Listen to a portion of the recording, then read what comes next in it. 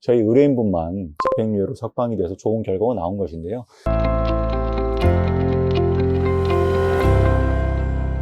네, 안녕하십니까. 형사 전문 변호사 노계성 변호사입니다. 오늘 말씀드린 유튜브 63편 도박 사이트 직원에서 일을 하셨던 분이 경찰에 자수를 하였지만 경찰에서 구속된 상태에서 재판을 받게 되었고, 공범 4명이 함께 재판을 받은 사안에서 혼자만 저희 의뢰인분만 집행유예로 석방이 된 그런 업무 수행 사례를 말씀드리겠습니다. 이게 도박 사이트 직원으로 일을 했던 부분이에요.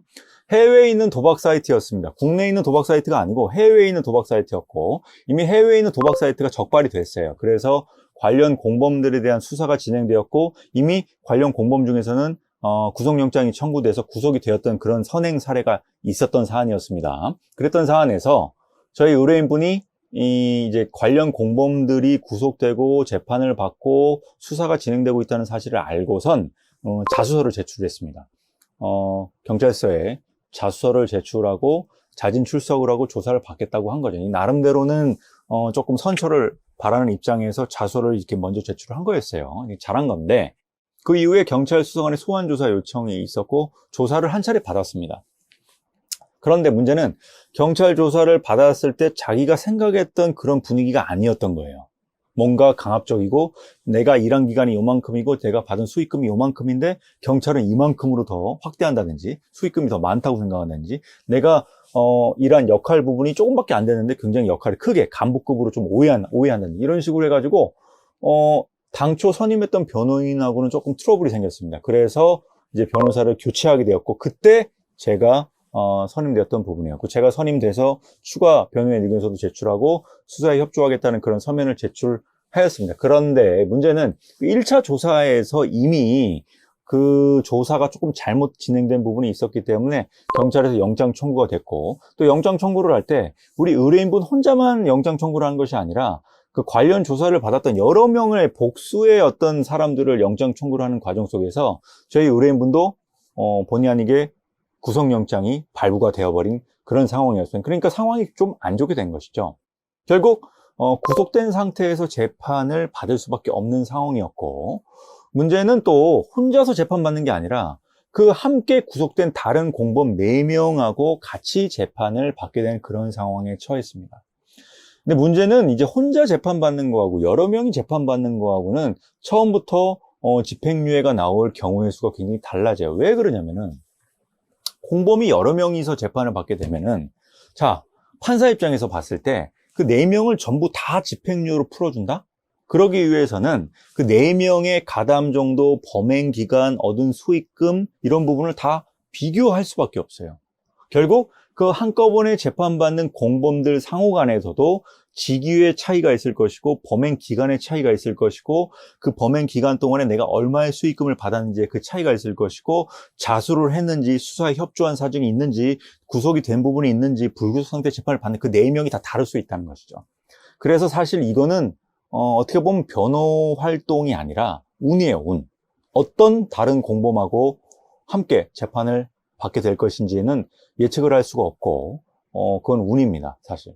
제일 좋은 거는 집행유예 결과가 선행으로 나온 다른 사안에서, 집행유예가 나온 사안에서 이제 그 사람보다 적은 가담기간, 적은 역할, 낮은 역할, 그리고 적은 수익금으로 재판을 받는다면 어느 정도 집행유예 나올 가능성은 높아지겠죠. 왜냐하면 이미 선행 사건에 집행유예 나온 선례가 있으니까. 그러니까 사실 이렇게 도박 사이트 전체적인 조직에서 적발이 됐을 때는 첫 번째 재판을 받는 사람이 집행유예를 먼저 받아두는 것이 이제 후속 자수하는 사람들한테는 더 나은 거죠. 그런데 이 사건 같은 경우는 먼저 재판받았던 사람들이 구속되었던 경우가 굉장히 많았어요. 굉장히 규모가 컸었고, 또 아무래도 범행 가담 기간도 이제 적지 않다라고 생각이 돼서 구속영장이 발부가 되었던 경우가 많았습니다. 그리고 이번 사건, 제가 했던 사건 같은 경우도 제 의뢰인을 제외한 나머지 의뢰인분들 같은 경우는 조금 지위가 높으신 분들도 있었고, 범행 가담 기간이 적지 않은 경우도 있었어요. 근데 제 의뢰인분도 사실 범행 기간이 아주 짧은 건 아니었어요. 물론 변명할 수 있는 여러 사정이 있었지만, 결국 재판을 하게 됐을 때 제가 서면을 냈단 말입니다. 그런데 막상 재판에 들어갔을 때 이 변호인이 4명 다 달랐거든요. 공범이 4명이니까 피고인이 4명 아니겠습니까? 그런데 제가 약간 신기했던 부분이 저희 의뢰인분의 조금 유리한 부분, 그리고 자수한 사정, 그리고 현재는 범행 이탈을 해서 합법으로 회귀하려고 했던 그런 노력의 과정, 관련 유사 사건의 판시 내용, 이런 부분을 좀 더 적극적으로 변론을 하기 위해서는 재판 한 번만에 끝나면 안 된다라고 생각을 했어요. 그래서 저는 당연히 재판 기일을 한 번 더 잡아서 피고인 신문을 하려고 목표를 했습니다. 그런데 신기하다기보다는 약간 의아했던 점이 나머지 공범들은 재판을 더 이어가려고 하지 않더라고요.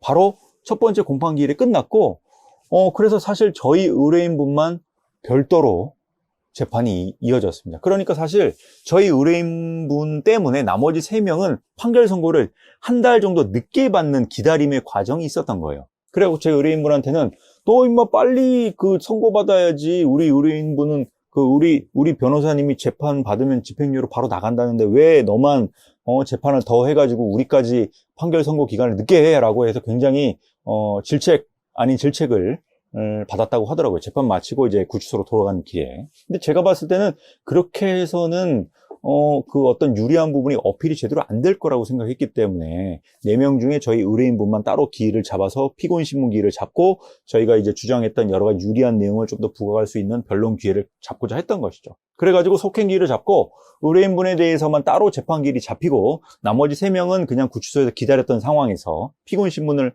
하게 됐습니다. 근데 아니나 다를까 피고인 신문하고 재판장님이 몇 가지 물어보겠습니다라고 하면서 진짜로 그만둔 게 맞느냐, 여러 가지 범행 기간 또 수익 부분 이런 부분을 뭐 몇 가지 물어보시더라고요.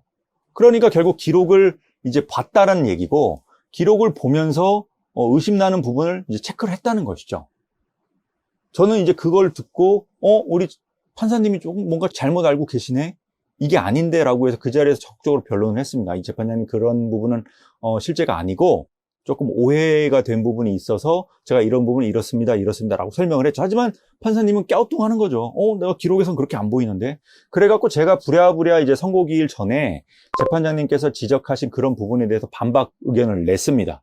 그 관련된 입증 자료를 넣고. 그럼 이제 판사님도 내가 조금 기록에 대한 부분에서 확인되지 않는 부분을 약간 좀 오해한 부분이 있겠구나라고 좀 이렇게 생각을 바로 잡으실 수 있는 거죠. 근데 만약에 그런 어떤 지적사항에 대한 반박하는 과정이 없었다라면은 까딱 잘못하면은 어차피 유죄 나올 거 실형이 나오는 거예요.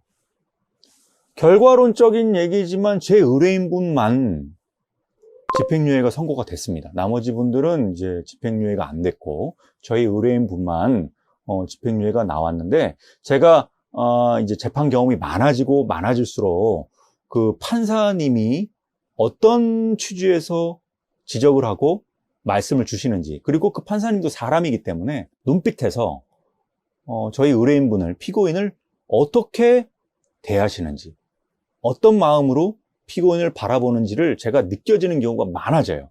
그거는 제가 이제 재판 경험이 거의 10년에 가깝기 때문에 수많은 사건을 처리를 해보면서 판사님의 어떤 시그널을 어느 정도는 예측할 수가 있게 되는 것이죠. 여담입니다만 친절한 판사님은 오히려 결과가 안 좋은 경우가 많습니다.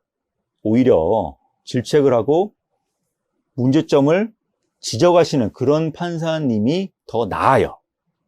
왜냐? 그런 오해를 불식시켜주는 어떤 추가 변호가 됐을 때 판사님이 그 생각을 바로잡는 경우가 많기 때문입니다.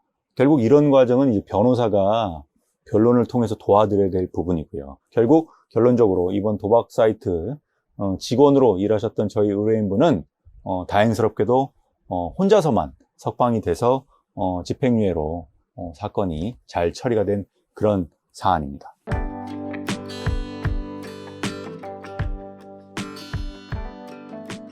오늘 말씀드린 부분은 이제 제가 많이 처리했던 사건 중에 이제 도박 사이트 직원으로 일했던 사안이고, 이제 구속이 된 상태에서 재판을 받으셨고, 공범이 또 있었기 때문에 다른 사건에도 영향을 받는 그런 사안이었는데 저희 의뢰인분만 집행유예로 석방이 돼서 좋은 결과가 나온 것인데요. 핵심적인 것은 이제 속행기일을 잡고 의뢰인분에 대해서 별도의 기일을 잡아서 피고인신문 과정을 거쳤고, 피고인신문 과정에서 재판장님께서 이 기록에서 확인되지 않는 좀 의심스러운 부분을 날카롭게 지적을 하는 그런 과정이 있었고, 저는 그 얘기를 듣고 현장에서도 구술 변론을 했고, 그 이후에도 추가 반박 서면을 제출을 해서 재판장님께서 지적하신 부분에 대해서 이제 어느 정도 소명을 했습니다. 그 소명한 부분이 어느 정도는 받아들여졌기 때문에 재판장님께서 제 의뢰인분이 어느 정도 옥살이도 했고 앞으로 올바르게 살아갈 수 있는 삶의 기회를 주신 것이 아닌가, 그런 감사한 생각이 듭니다. 어쨌든 이렇게 도박 사이트 사건으로 경찰 조사를 받거나 재판 대응이 필요하신 의뢰인분이 계시다면 제게 연락을 주시면 제가 알고 있는 범위 내에서 상담을 해드리고 도움을 드리도록 하겠습니다. 감사합니다.